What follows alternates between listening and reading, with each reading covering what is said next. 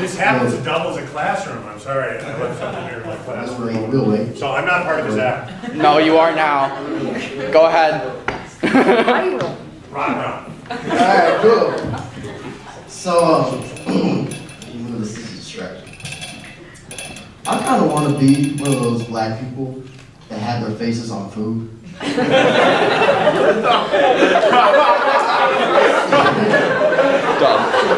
You know, your Aunt Jemima's, Uncle Ben's, Zatarans. Like, what did those black people have to do to get their faces on food? Like, I'm pretty sure in the 1950s, there had to be like a radio commercial running on the hour that's probably like, hey, are you black?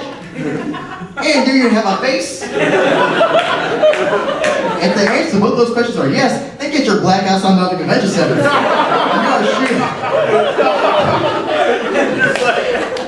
We are shooting to see who's going to be a new black face of food, and you can win.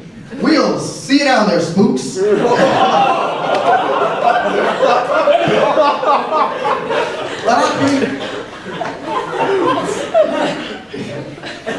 I'm pretty sure that had to have happened a couple times.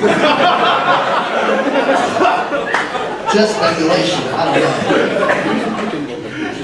I mean, if not that, was it like the amount that you had to eat? Because I'm pretty sure I've eaten enough ramen in my 22 years that you should see a Nephew Charles in your pasta noodle section at the grocery store with my face on it, smiling off the distance, like this.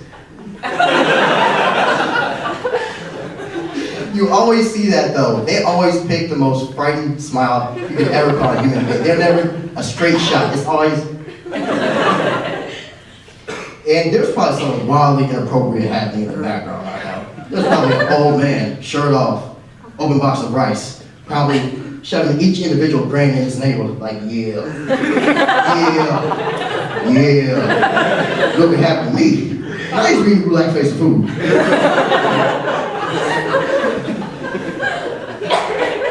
But man,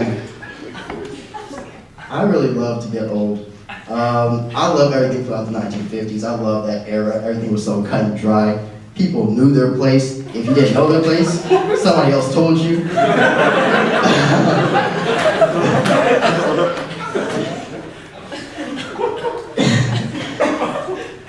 And presently I work actually at the museum. And so, if you guys don't know, when you get tired of retirement, you just work at a museum. And so, my boss was really excited, and she was introducing me to all the staff. And so, she introduced me to the actual greeter of the museum, which I really don't know why we have a greeter. We're a museum, it's pretty self-explanatory. Here's an exhibit, here's an exhibit, here's an exhibit, here is rapper exhibit. Hey, what up, dog? Want your coffee? Sign. I'm just a janitor now.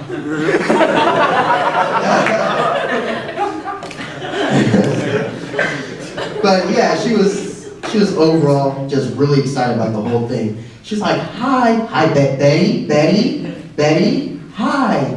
This is Didi, our new intern. And I'm like, oh my gosh, Betty, it's so nice to meet you. I mean, I don't know why me and my boss were supposed to race squad, but you know, it was bid week.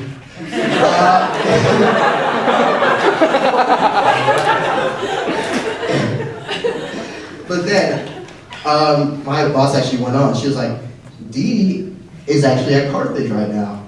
And I was like, yeah, I am. And she, as soon as she said Carthage, that cute old black lady's eyes narrowed. And she said, oh, I used to go to Carthage. But I guess there's all types of people there now, aren't they? I was like, well done, ma'am. I know what that sounds like, but I can't even call you out on it. That was so well done. I just have to say, yeah, there's all types of people there now. That was, they don't make racism like that anymore. That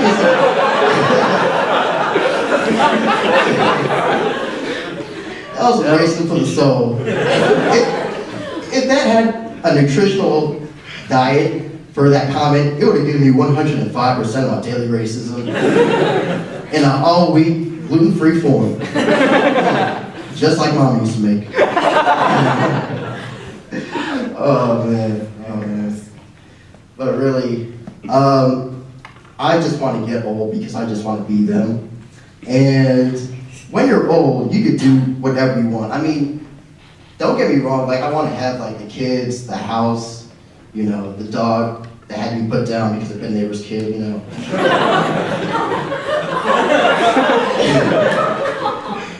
The American dream, right? But honestly, as a 50-year-old, you could wear denim hat, a denim shirt, denim pants, with denim shoes and denim laces. Never once be questioned by your uniform. You could go cut the front of every line, every time, anytime you want. Nobody will tell you different. You could just leave your car parked in the middle of an intersection, and some society, some person that is part of the society will just park it for you.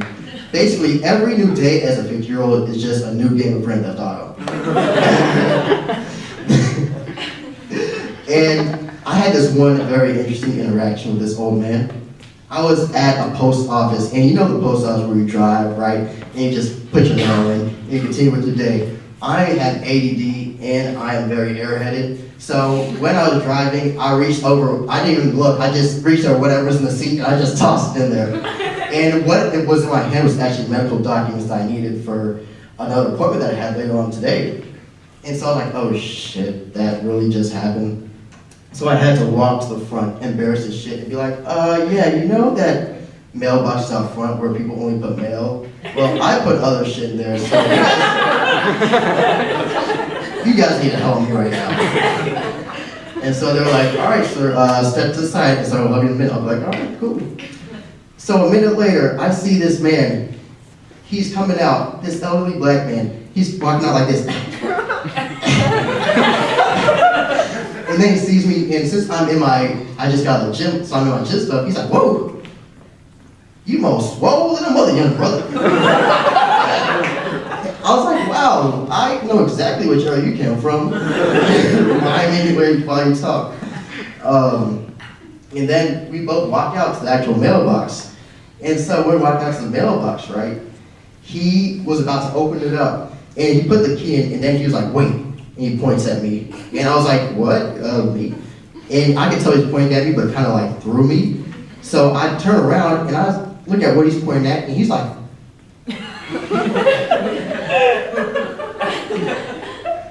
man, that's 1, 2 ducks. I look across the street, and there was 2 ducks walking across the street. I was like, what? And then he's like, wait, no, hold on. There's 3, 4 ducks. I try to be professional as I can. I was like, sir, there are ducks walking across the street. But I need my medical document. No, hold on, don't cut me off now, don't cut me off. There's 5, 6, 7, 8 ducks. I was like, man. And then he said, doggone. He tossed his hat on the ground and he went inside. That was it. I want to be that old man. I want to see ducks that way. In my 20 years of living, I've never, ever let somebody talk to me 20 minutes about some damn ducks. That old man would be like the worst NASA, countdown announcer ever. Can you imagine that? We have engine ignition, starting phase 1. Start the countdown, Tyrone.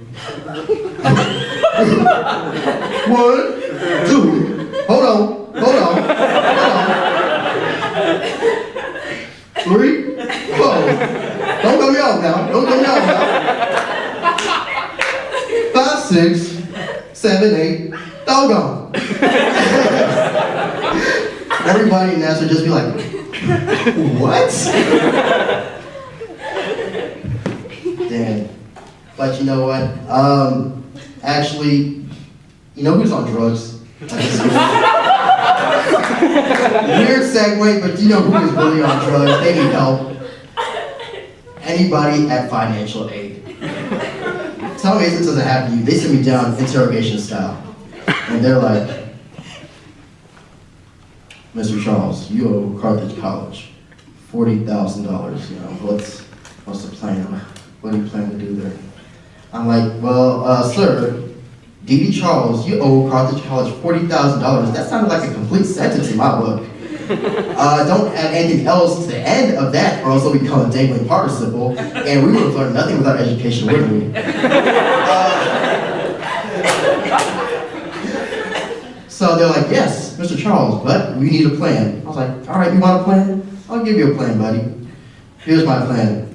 I plan to put on my heels, go to my corner, tell Big Gator that Black Mom is working the street tonight. And I'll smuggle a kilo of cocaine from Colombia, along with the Cubs outfield. And then I'll go sell my pancreas, my liver, my jejunum, my coccyx, my left ear, my right eye. And I'll have $35,000. He said, oh, Mr. Charles, that's fantastic, but you still need to pay for $5,000 more. And he was like, well, you know what? I'll pay for $5,000 more. Give me a Post-it notes, and I will pay for that shit. I owe you.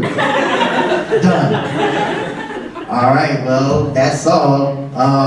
Introducing Jake now. So.